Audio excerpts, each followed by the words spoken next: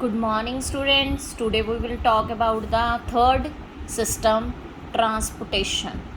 Transportation का मतलब क्या होगा? The movement of glucose, oxygen and other organic and inorganic substances from one part to the whole over the body. तो उसको हम ट्रांसपोर्टेशन कहते हैं. ट्रांसपोर्टेशन प्लांट्स में भी होता है, ट्रांसपोर्टेशन ह्यूमन बींग्स में भी होता है. Transportation of water, mineral and food matter in plants is done through the xylem and phloem. Xylem and phloem हमने कब पढ़ा था? टिश्यू के चैप्टर में.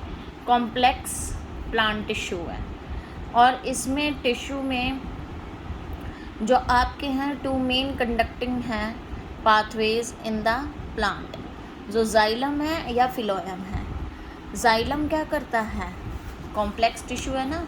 Xylem carries water and minerals from the roots to the other part of the body. ये क्या करता है? पानी को कहाँ से लेता है? रूट से लेके होल ओवर द बॉडी में ट्रांसपोर्ट करता है. इसमें कोई एनर्जी भी यूज्ड नहीं होती और this process is known as the ascent of sap. और यूनिडायरेक्शनल है क्योंकि रूट से लेना है वाटर को और होल ओवर द बॉडी में ट्रांसपोर्टेशन जानी है. That is the unidirectional. Second is the phloem. Phloem carrying product of photosynthesis from leaves to the other parts of the body.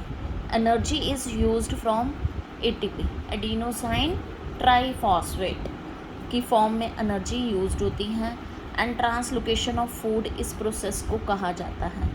This process is known as the transportation of food. जैसे leave से आपने food खाना बनाया और इधर भी जाएगा और नीचे की तरफ भी जाएगा रूट्स की तरफ. That is the bidirectional process या बाई डायरेक्शनल मूवमेंट होता है इसका फिलोएम का. ठीक है. इस this process is known as the translocation of food and this process is known as ascent of sap. Xylem and phloem दोनों help करते हैं ट्रांसपोर्टेशन इन प्लांट्स में. It's okay. नेक्स्ट है transportation in human beings. Human beings में भी regular need होती है blood supply की, ऑक्सीजन की, and this function is provide by the circulatory system. This process is known, जो प्रोवाइड करेगा उसको हम सर्कुलेटरी सिस्टम कहते हैं. और ह्यूमन सर्कुलेटरी सिस्टम में can be divided into 3 parts. A pumping organ heart, blood vessels आएंगी artery, vein and capillaries, and third is the circulatory medium blood and lymph. सबसे पहले हम करेंगे हार्ट.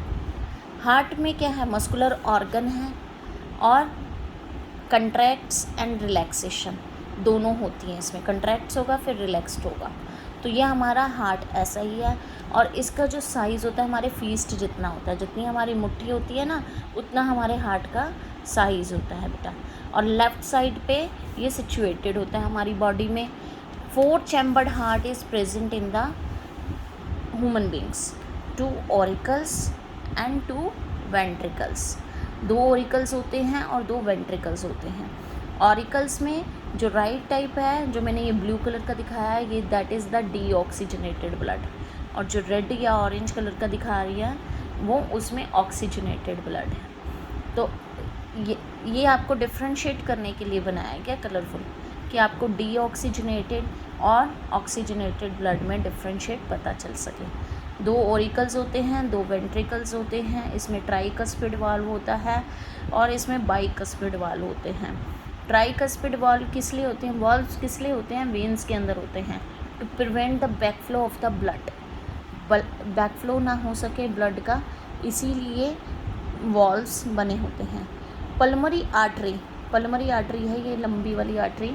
ये एक्सेप्शनल केस है.